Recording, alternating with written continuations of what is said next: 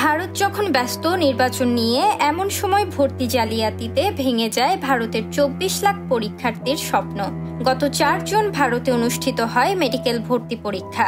ফল প্রকাশের পরপরই পরীক্ষার আয়োজক ন্যাশনাল টেস্টিং কমিটির বিরুদ্ধে আন্দোলনে নামেন শিক্ষার্থীরা।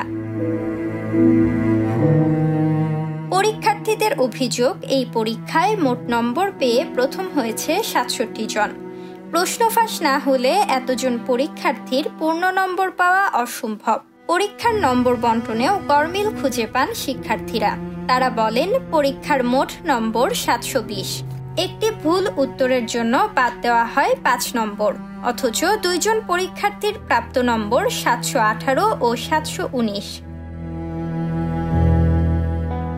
এদিকে মেডিকেলে ভর্তির সুযোগ না পেয়ে আত্মহত্যা করেন এক পরীক্ষার্থী। এই ঘটনায় ক্ষোভে ফেটে পড়েন শিক্ষার্থীরা। তারা বলেন, জালিয়াতির কারণে অনেক পরীক্ষার্থী সুযোগ হারিয়েছে। এতদিনের পরিশ্রম ও স্বপ্ন ভেঙে গেছে।